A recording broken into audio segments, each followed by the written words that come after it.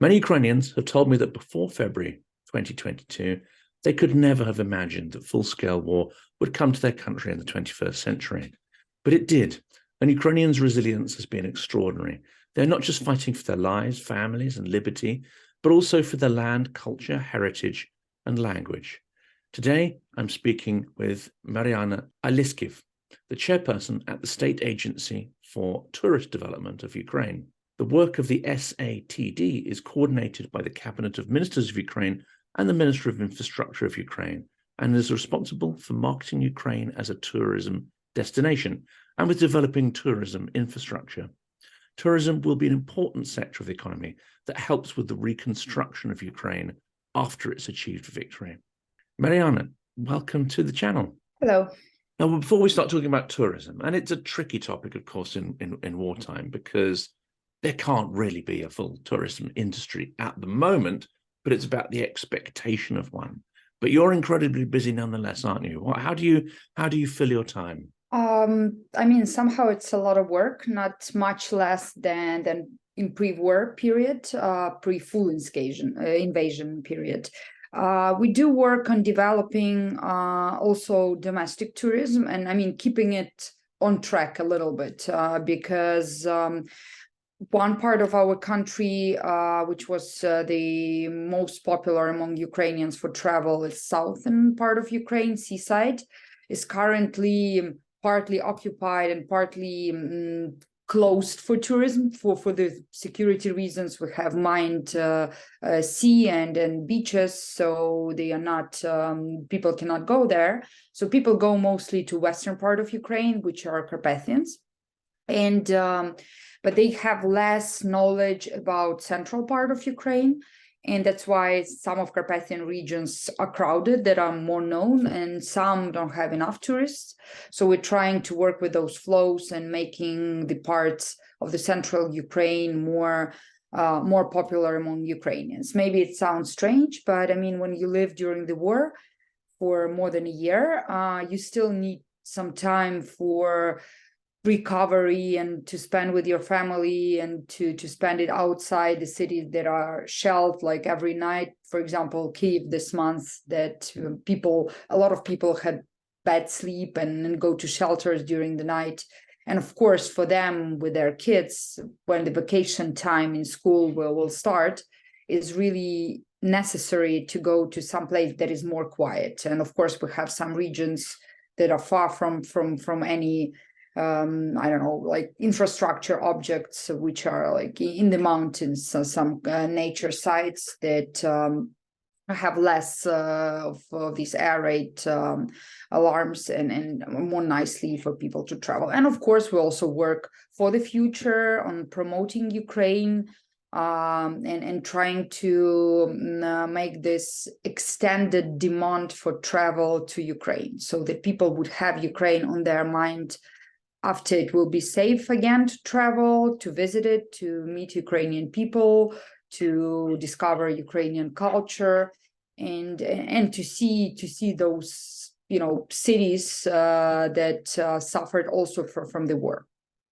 Yes, it hadn't even occurred to me that there would be a high demand for internal tourism, but you know, people fighting on the front, they need time out, they need time to rest in between their their shifts, yeah, you know, there's no reason, I guess, why people in the cities shouldn't be allowed to have a break. You know, wartime doesn't stop people being people, and they have the right to do all those things.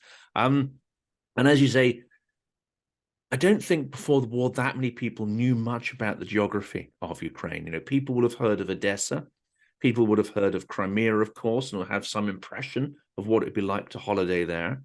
But I think that's pretty much where it stops. You know, a few people might have gone to Chernobyl, you know, in the more extreme kind of sort of travel experience. Some might say sort of slightly tacky, perhaps. But cities like Lviv and others, you know, you need to, I guess, bring many more places to people's consciousness as tourism options. Yes, of course. And in general, Ukraine was not on a world tourism map as a country, so people were traveling there. Here, of course, we had tourists, and for example, Lviv had around 2 million tourists in 2019. And half of those tourists were international tourists, mostly, of course, from Poland, a lot from Belarus, but also Western Europe, States, Canada. But these were, the very narrow target audiences, if I can say so. But mostly people would not think of Ukraine in, I don't know, top 5 places they want to visit.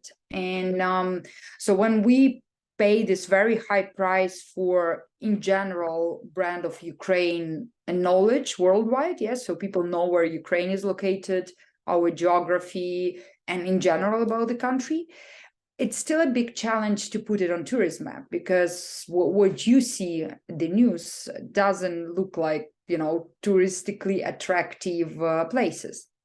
And but there are many actually very, very nice and attractive places. So we have Lviv, as you mentioned, which is the central part, is part of UNESCO heritage.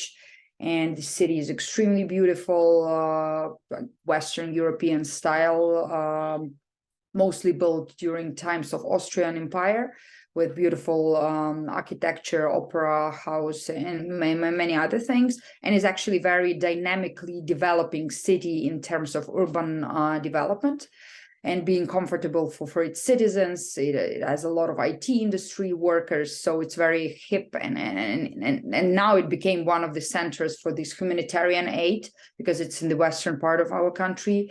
So yes, we understand we need to tell more world about, for example, this city, but we also have the smaller towns in western part of Ukraine that are also very nice, but they don't have maybe enough developed tourism infrastructure actually.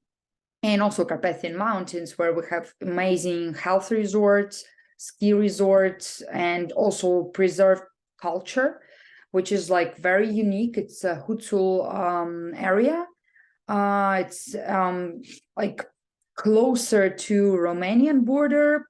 Plus, this is Ivano-Frankivsk and Zakarpattia regions, where people really preserve all their traditions like they were 100 years ago.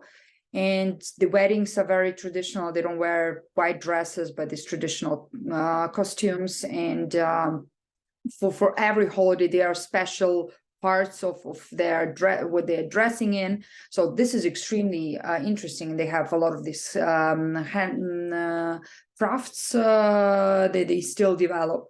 So these things, they are very popular, this authenticity, national parks, nature among European travelers, but unfortunately not known for them yet. So of course, we do plan this marketing campaign, and actually, our agency was created in 2020.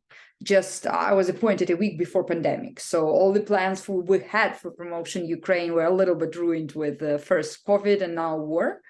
But between, when the COVID restrictions were a little bit smaller, we worked with Saudi Arabia, for example, with this Gulf countries market, and we had many tourists from there in 2021. But then with the full scale war, we got back to, I don't know, to probably 90s situation when almost no international tourists here. But there has been one thing that's changed, and of course that is the awareness of where Ukraine is, what Ukraine is, and aspects of its identity, which wouldn't necessarily have been clear at all. So whereas you've got these incredible barriers to tourism, do you think that when victory happens, that actually your task is going to be a little easier, because people now have a clear idea of what Ukrainian stands for, and quite a lot of curiosity potentially to come and see it? Yes, it will be easier, of course, because as I said, it's already brand that is known worldwide.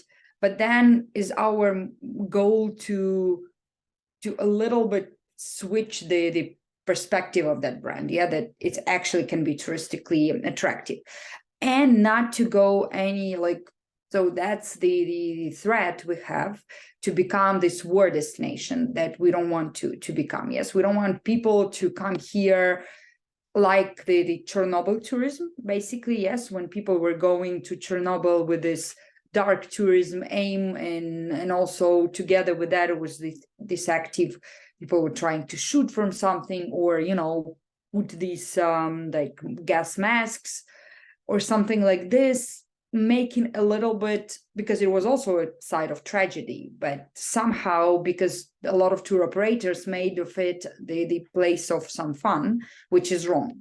So for us is a challenge. So we don't want the people who go to Ukraine and, I don't know, because they can shoot from a tank or I don't know, do some kind of military activities at some sites.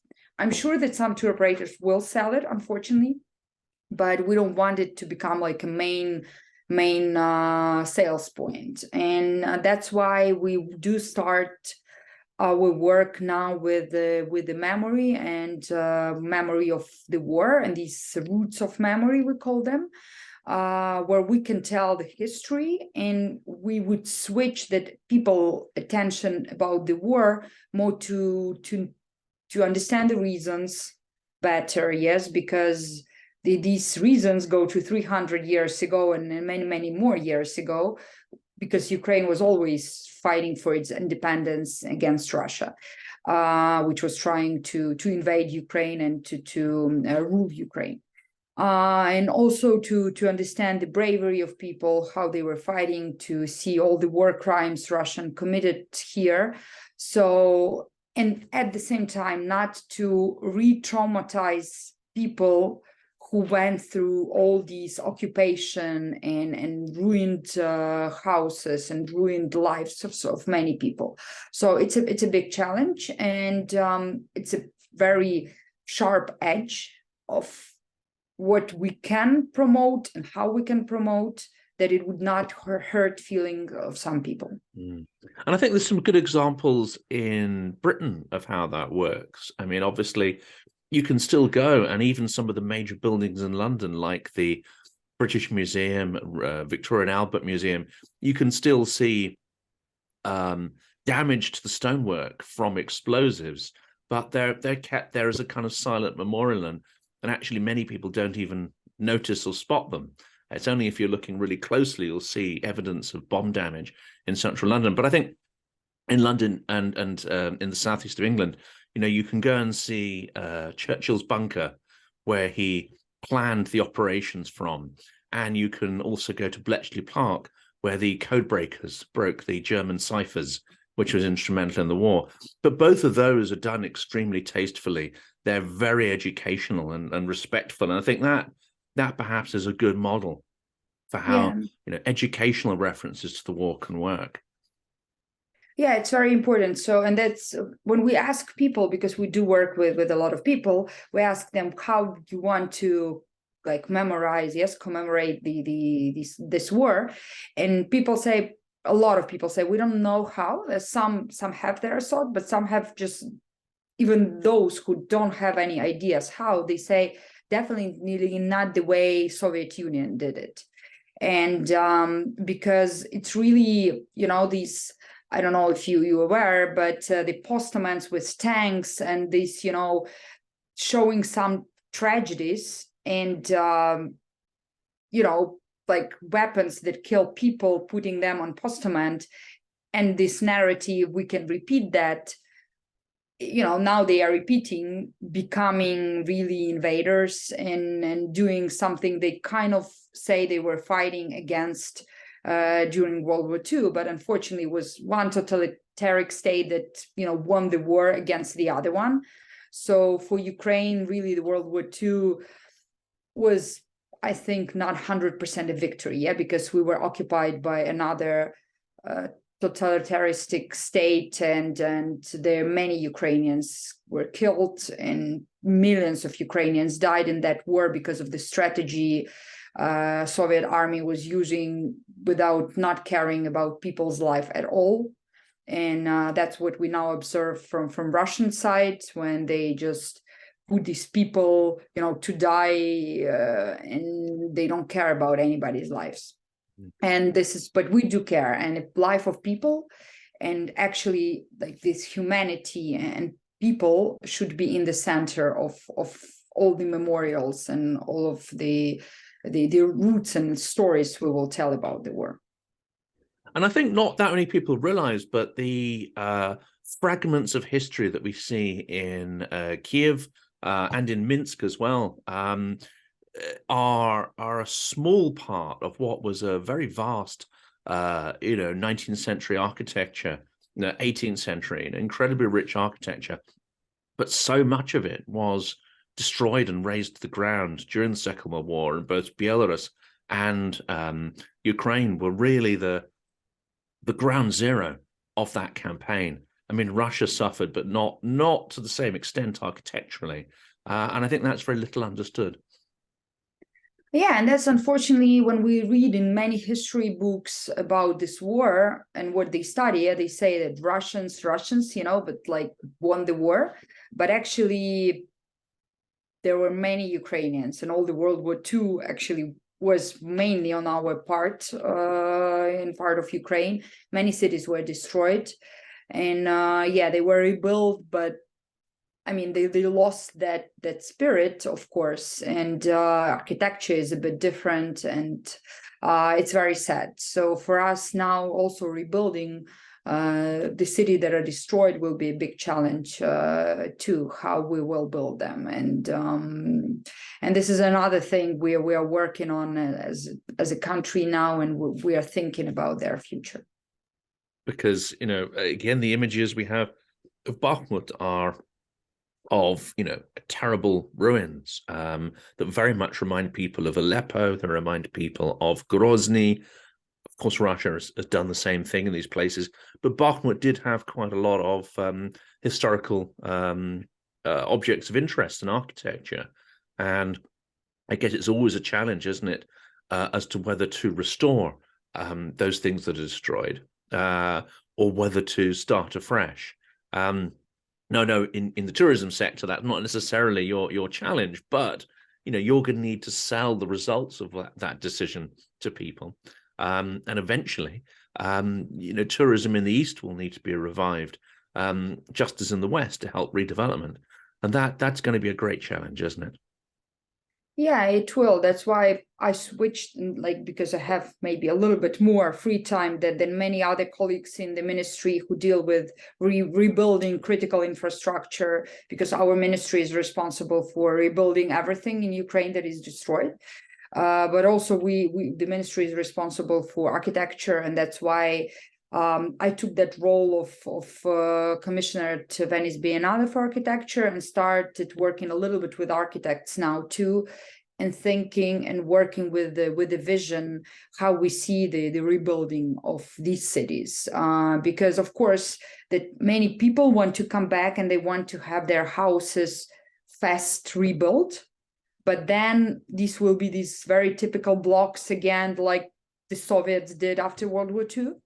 But then we have these really great examples, like, for example, Rotterdam in the Netherlands, that was destroyed and rebuilt in completely unique way of architecture that was not copied or something. Yeah, but but it became a big tourism attraction, and one of that doesn't look very like any other town in the Netherlands, but people like to visit it, and actually because of that unique, interesting architecture. And of course, Rotterdam, I was lucky enough to go there. They've also done the same, haven't they, with the architectural, industrial heritage. So again, from being a huge sort of industrial port city, those facilities kind of declined and were no longer required. But again, they very sensitively adapted the industrial architecture and the port front, and a lot of the equipment's been preserved, which makes it, absolutely unique feeling. But they've built sort of beautiful apartments in those areas. So that's very sensitively done, isn't it? Yeah. So there are many examples in the world you could kind of have an inspiration from, but we still need to find, I guess, our own way at some point. And we'll see. I mean, in general, people left those cities, they lost everything there, and it's a huge amount of people. Yes, there are many people, and will they come back, or there will be some, I don't know, new citizens who will work there, and what these cities will be, what will be their main role in Ukraine and in the world. So many questions to answer, and of course, tourism should be part of it. And we want people to travel also not only to Western Ukraine, that I'm sure will be the first to open for tourism, like the Western Ukrainian airports probably will be the first to reopen, because in the East, a lot are destroyed. But still we have, for example, city of Kharkiv that is also very unique in its way. It has beautiful architecture, also as a history, but it was hardly, damaged during this war and has these scars. But people still keep living there, even though the rockets takes only 30 seconds to reach the city, and they are constantly shelled by Russia from Belgorod side.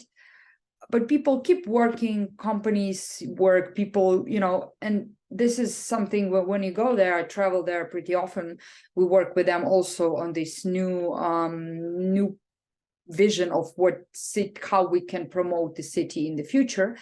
And also to understand that war is close, because sometimes in other parts of Ukraine, you forget a little bit about that. I mean, you don't forget, but it doesn't look the war, yes. But there you have this feeling.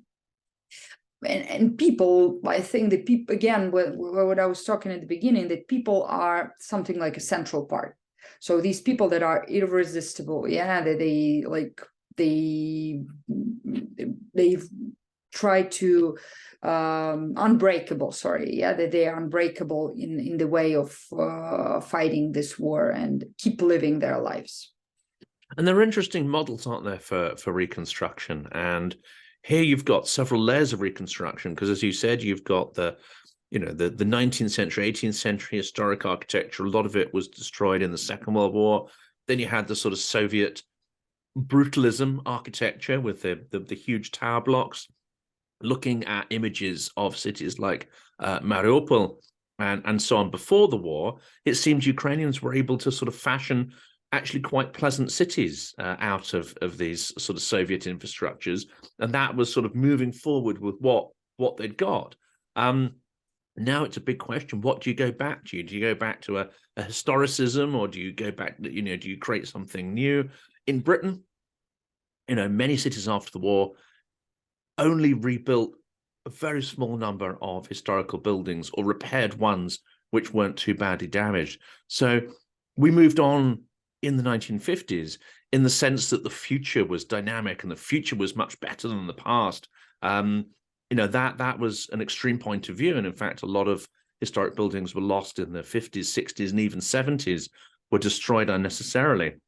So what we see in our cities is very much a result of the sort of planning of the 50s and especially the 60s. And, in hindsight, some of that did not work at all. And a lot of it is deeply unattractive. It's not good for tourism. Whereas in Poland, we saw, which was, of course, razed to the ground. There was almost nothing left of Warsaw. But they rebuilt whole, quarters of historic buildings. And now that is a very strong part of the economy. Tourism in Warsaw and other cities is very, very powerful. Also in the Czech Republic, in Prague, it didn't suffer nearly as much as other European cities, but Soviet planning did erase some of the character. And I was shocked to just find, myself standing in a square that looked absolutely like a classic medieval square. And unless you look really closely, you never would have guessed that it was actually a recreation, because you see the 60s photographs and you're standing in a sort of modernist, fairly brutalist kind of square. And then in the late 20th century or early 21st, you're standing in what looks like a incredibly authentic medieval scene, and you see how building by building they restored it back. So these are some of the interesting challenges, aren't they, of where you go and what you do with that. Yes, most of the cities that were destroyed now in the east of Ukraine, of course, they weren't the really architectural precious, let's call it this way, mostly Soviet type of buildings. And of course, Mariupol is one of the examples where they had some of the very nice historical buildings that were destroyed, like the theater and others. But mostly, yeah, it was Soviet built buildings, and yeah, it's a challenge. Again, as I said, that either we rebuild everything fast, that would be maybe not like Soviet, but also not very long lasting type of buildings, and or we do something unique. We start like planning these borders in more modern way, more oriented for people, or maybe it even will be in some points cheaper to build another city close by and just leave it like that, the some of the ruins. I don't know, it depends. Like Bakhmut, for example, Mariupol, of course it needs to be rebuilt because it's port and it's sea, and many things that would make it become a new city with probably new perspective. And it was also, they worked a lot. They were chosen as a cultural capital of Ukraine. That should, 2021 they were the cultural capital of Ukraine, and they did a lot of events for that, and they developed many cultural centers. So it's really sad, the city that was investing a lot in its infrastructure and it being comfortable for its citizens was destroyed so badly. When we talk about some other towns like Mariinka, Bakhmut, it's very, I mean, they completely destroyed. There is like nothing, the strategy of Russia to destroy everything on their way, that goes from their time of when they were part of this Mongol Tatar, yes, like invasion, that also was invading Ukraine and destroying and burning everything. Like they burned Kiev many times. And this is unfortunately is going back, they do all the time the same. Yeah, they can get the land with everything destroyed, and then they would say, okay, we have, I don't know, victory, and millions of our people would die, but who cares? We will want something. So it's really difficult to fight such an enemy. But we do believe, and we do everything for good to win, and for democracy to win, and for civilization to win this I don't know how even call what they are doing and who they are. But yeah, and then we need to think how to make those cities being comfortable, looking that we will still have the border with Russia somewhere close by. And before Russia is completely demilitarized, denuclearized, I don't know, probably stopping being an empire and collapsing to smaller states, I think we'll have this enemy always as an enemy, and we need to understand it. We need to be ready to fight anytime, and the cities needs to be rebuilt in the way that they can become fortresses too, probably. So this is something we need to also keep in mind. And whereas you're going around the world in places like the Venice Biennale, really talking about the future, there's a dual purpose, isn't there? Because by talking about Ukraine's future, you're also placing in people's minds the idea that it needs to be defended and supported in the present. So do you see your role when you talk to international partners as very much a role that is forward-looking, but is also about sort of generating support and supporting the war effort now? Yeah, it's very important. For example, we were participating in the exhibition in Spain, in Madrid Fitur fair. And for example, a Minister of Defense also visited our booth at the tourism fair, a Minister of Defense of Spain. And yeah, so I told her that we want to restart tourism, we want to rebuild tourism, we want the next year to invite people to come to Ukraine here. Now we're saying thank you. So it's basically our main goal now, participating in tourism exhibitions. But for that, we need more weapons and we need more of the military support. And of course, being present in the main worldwide exhibitions, events is important to raise this voice of Ukraine and Ukrainians, and tell that, we are still fighting, we're still there. Don't forget about us. We understand that, you all live your peaceful life, and that's good. because we don't want to for everybody to suffer. Yes, and like we are also try to live our normal life as much as we can, but we are fighting there also for your future, and because if they invade Ukraine, they're not going to stop here. They would start invading more and influencing the world more and bringing more destruction. So yes, we need that help now in the military, humanitarian aspects, but later we would need that support of traveling to Ukraine. That would be a best way to help us after the war is over, is to go to Ukraine, to spend your money here, to see a little bit, to feel it, to understand us and understand the country, understand maybe why we are fighting for it, why are we the way we are. It's also important. And actually an interesting fact that I've seen at the Biennale, in the part of main exhibition, actually British architectural bureau that is called Forensic Architecture, if I'm not mistaken, with the name or forensic. Just a moment, I will double check. Forensic architecture.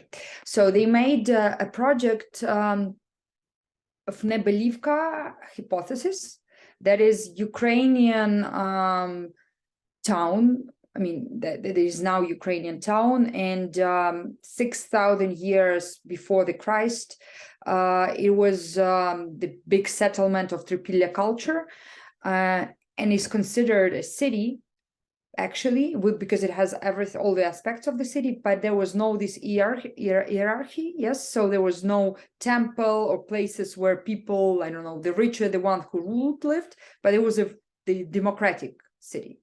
So I think that this will for freedom, democracy, and everything is like for us from these prehistoric times, and I think is really good that British architects, British scientists pay attention to that too, and this unique settlement is being shown on on Venice Biennale. So I think that it's also a part of our job to show these sites and make them touristically attractive, and for people better to understand Ukrainians and Ukrainian history and culture. And that's incredibly important, isn't it? Because again, if we look at tourism to England, of course, people will come to London for the big museums, they'll come for the entertainments and so on, but also visiting places like the recreation of Shakespeare's theatre in London, visiting Stratford, Shakespeare's birthplace, or even going to, say, the Lake District to see where Beatrix Potter wrote her beautiful children's books about animals and so on. So capitalizing on literature and literary traditions is an incredibly important part, certainly, of British tourism. How many times have I been through Baker Street and you'll hear, tourists talking about Sherlock Holmes and that kind of stuff. Ukraine, of course, has a unique literary identity, but it's far less known around the world. And even amongst Ukrainians are discovering their own literary heritage as the uptake in Ukrainian language increases, and people naturally move away from perhaps the sort of Russian classics, which they would have been more inclined to read. So how do you think the literary traditions of Ukraine can be used to inspire tourism?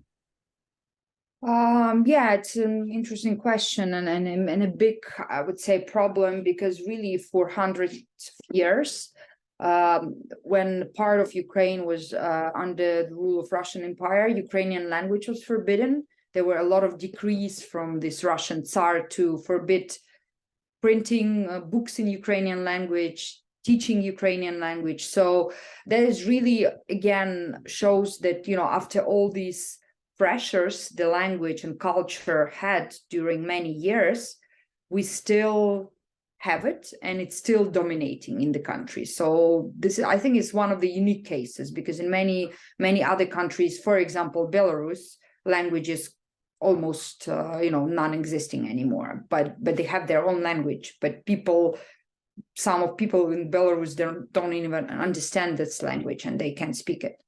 So and yes, and many writers, many poets were killed, their books were burnt, and we had a lot of that, unfortunately. But at the same time, we do have good examples of literature, and the problem is it's not translated to the other languages. So that is also not really our job, but I think it's important, and I'm thinking about talking more with the people who are responsible for this, working on actually translating some of the classic Ukrainian literature to other languages, especially to English, and putting it as a part of Eastern European literature that is being studied in the universities, in schools, because there is a lot of Russian literature. And I have a good friend, I have a lot of discussions about it. He likes Russian literature. And he was studying Russian and Polish literature among this Eastern European, but nothing about Ukrainian. So it looks like it doesn't exist. And like we're talking about tourism, that Ukraine is not on a map of world tourism, was not, and it's our aim to put it on that map. The same with probably a lot of aspects of our heritage, music, for example, yes, literature. And in music, Ukraine has the biggest, the largest amount of these folk songs in the world that are recorded. And really and for example, in Russia, they don't have it almost. Yes, everything that was created is just like by maybe 100 years ago. For Ukraine is many hundreds years ago. And also these Christmas carol songs that, for example, don't exist in Russian language at all. Sometimes they sing Ukrainian carol songs in some of the regions that are bordering ours. They don't have their own. But we have, I don't know, more than 100 of different types, and every region has its own. So this is something a lot of Ukrainians maybe didn't pay too much attention to, and nobody knew worldwide. So yeah, I think it's a big issue for us to work on promoting and putting us on that map, not showing that it's, again, I think it's very important not to create some myth and doing like Russia is doing, like every dictatorship state is doing, that making something like a great Russian culture or great Russian literature or something that is too great and the dominating and the best in the world, and that nobody would work without it. I think it's a very wrong approach.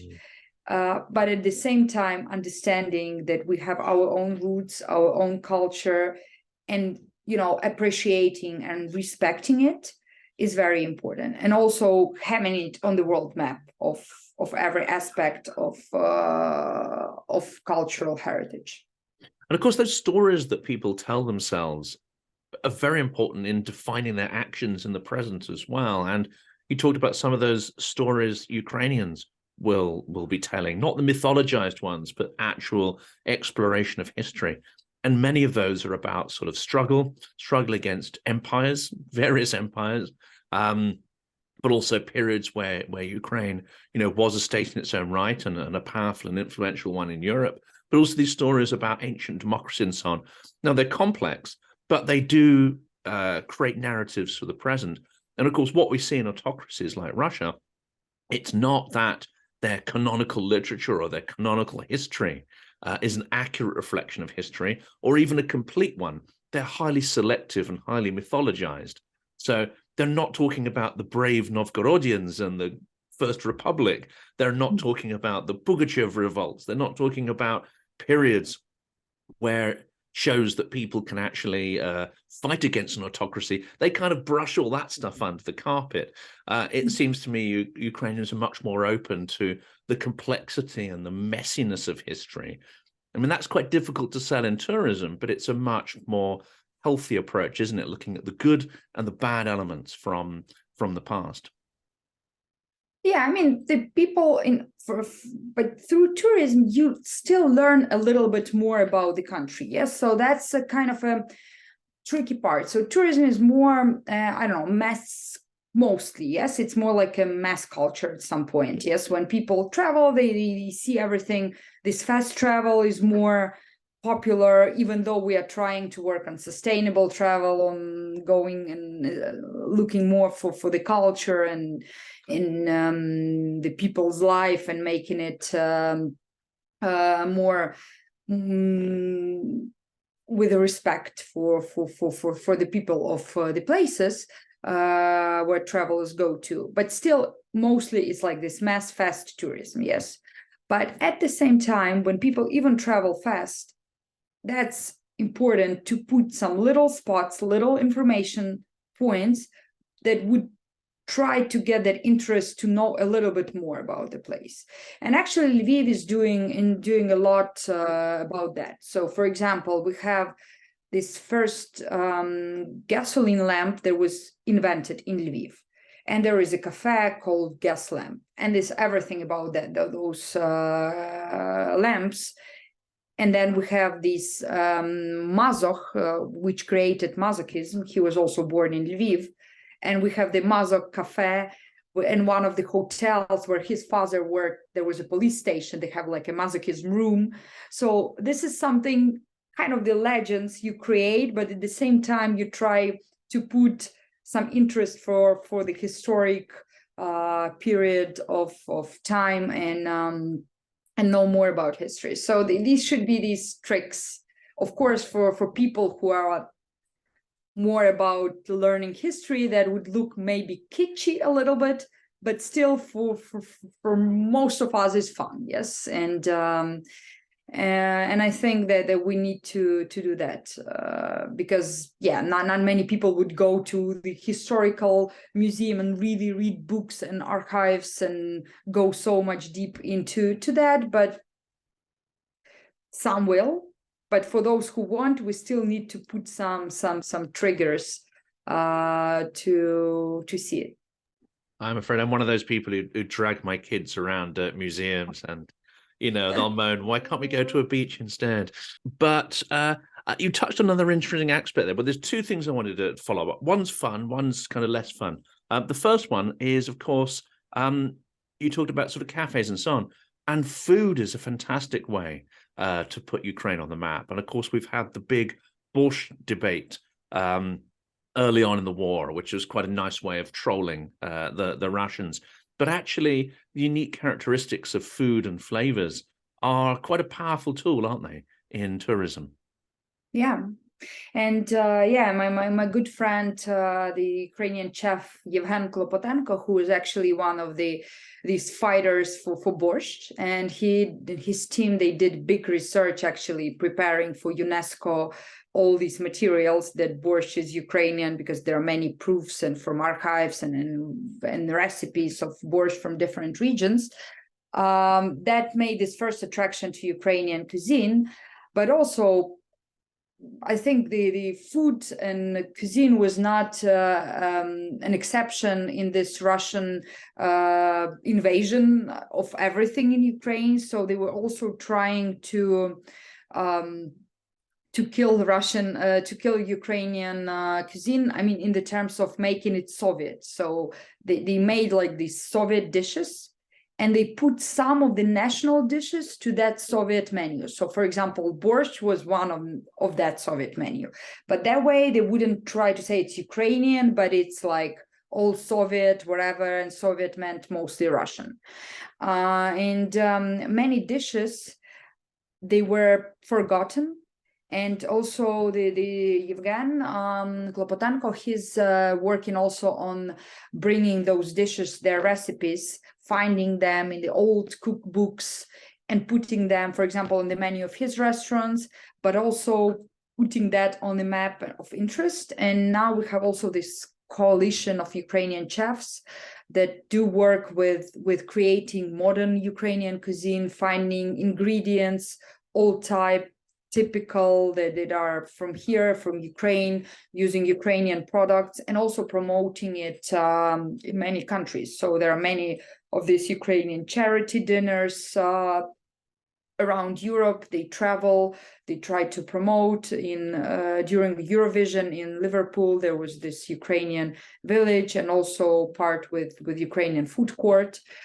And we have also some of the plans launching a project about promoting Ukrainian dishes to be launched in the restaurants in Europe, because sometimes through food, it's like a first, we say it that, you know, the path to man's heart is through the stomach, but also that I think to tourist heart, when you taste something, we all like Italian food, yes, and we want to go to Italy to eat it, to taste it. And Ukrainian cuisine is different than Mediterranean, of course, but it's extremely tasty. I think it's really, in this part of the continent, the most tasty one. And that's interesting. And there are two interesting points there. I mean, firstly, I was privileged enough recently to meet Olya Hercules, who is a food writer in the UK, and of course, fantastic to introduce Ukrainian cuisine and culture to a British audience there. But also, many British families will have Ukrainian refugees staying with them, and they will have, you know, cooked dishes and introduced food to their host families. So this is a kind of sort of cultural mixing, quite unintended and born out of tragedy, but that also has sort of raised a lot of awareness. Yeah, that's true, because all of my international friends who ever tried borscht, they are like, oh, I want to get a recipe, I want to cook it at home. You know, this is something that actually is easy to cook, even for everybody, and the ingredients are more or less everywhere, you can buy them. Yeah, I think I mean, in general, Ukrainian refugees, many of them would be also a part of this people-to-people connection. And when they come back, I hope many of them will come back. It's very important for us that Ukrainians will return to rebuild, and you know, they will come back to the country, that they will be also their connection. Then people will then visit them and then bring their friends, and this user-generated content will help people to get know Ukraine better. So I've only got sort of two questions left, really. I mean, one, well, I've got hundreds, but in the time we've got left, there's only two questions. One of those, and I think it's quite an interesting and subtle one, is that many of the people who are prominent journalists who, you know, we've seen in the West really sort of pushing Ukraine are female, incredibly strong female figures, including the Nobel Prize winner. We mentioned sort of cooks and people trying to revive Ukrainian literature, an extraordinary strong sort of female presence. Do you think that idea of sort of strong feminine sort of intellectual and activist personalities, could that be sold as part of the Ukrainian identity? I think that in general in Ukraine, let's say, it's a very, how to say, we have very strong, in general, women since many centuries, since the Olga, that was the Duchess of Kiev, yes, and she was really one of the strongest figures, and many other women that in many families, women were doing a lot.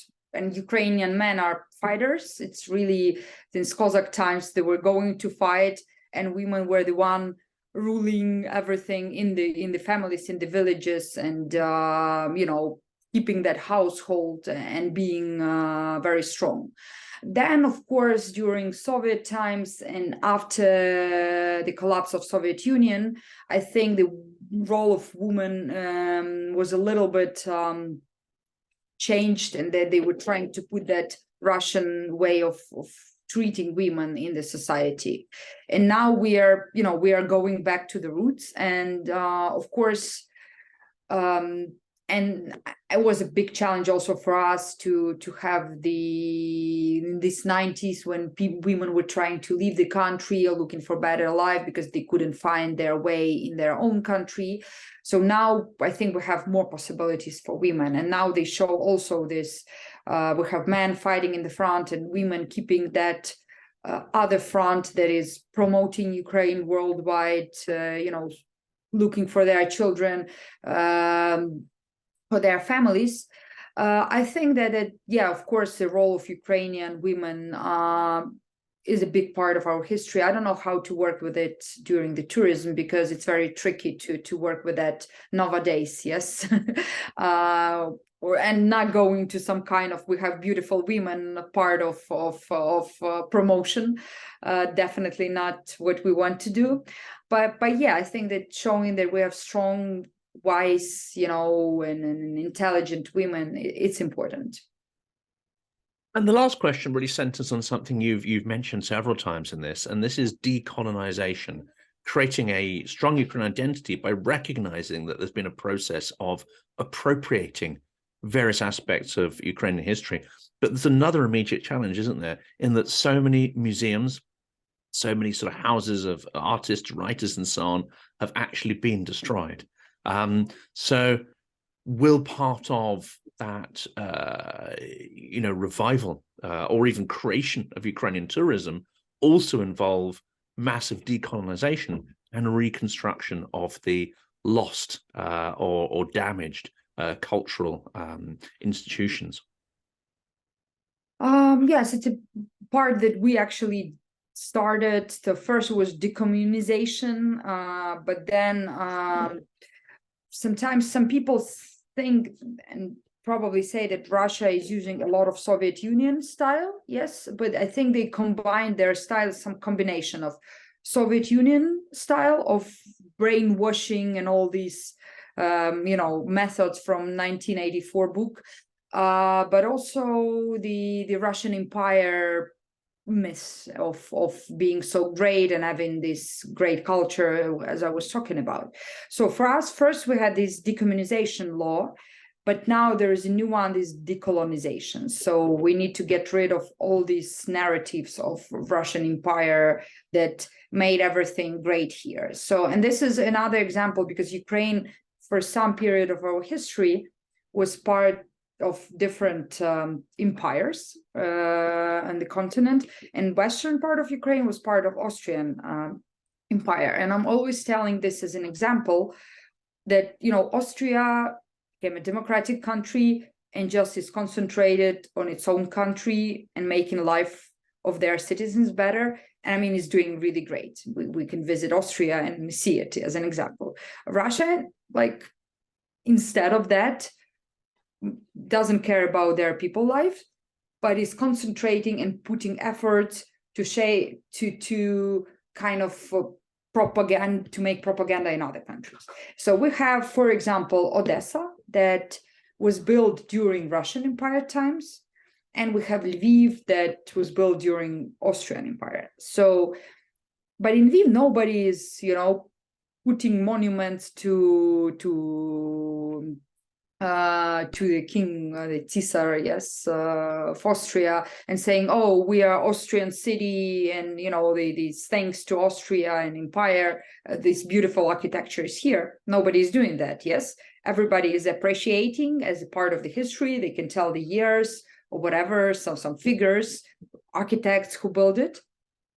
And at the same time, Odessa was built also by Western European architects, Italians, Austrian, but for the money of Russian Empire, that also destroyed Cossacks and did many, many bad things, started like the slavery for Ukrainian villages, but they built Odessa.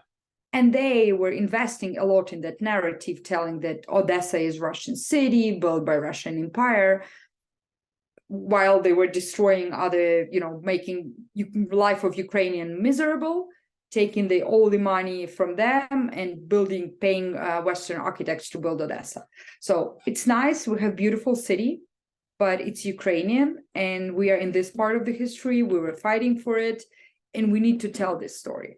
So yes, with working with tour guides, showing the real history, working with museums, with the story you need to tell. Yes, the true story. It's a very important part. And unless Russia will have a possibility to pay for that propaganda, to invest in it, then for Ukraine it will be easier to go back to the roots and to the real history of our cities. And that's an incredibly important sentiment there, and I think it's a good way to end our conversation. the idea that focusing on sort of truth and strength of Ukrainian culture is a great foundation for future tourism. Mariana, thank you so much for spending the time to talk to me. And it seems like an incredibly important task you've got to do, which will only get busier and busier and busier as Ukrainian victory comes into sight. So thank you so much, and Slava Ukraini. Героям слава. Thank you. Bye-bye.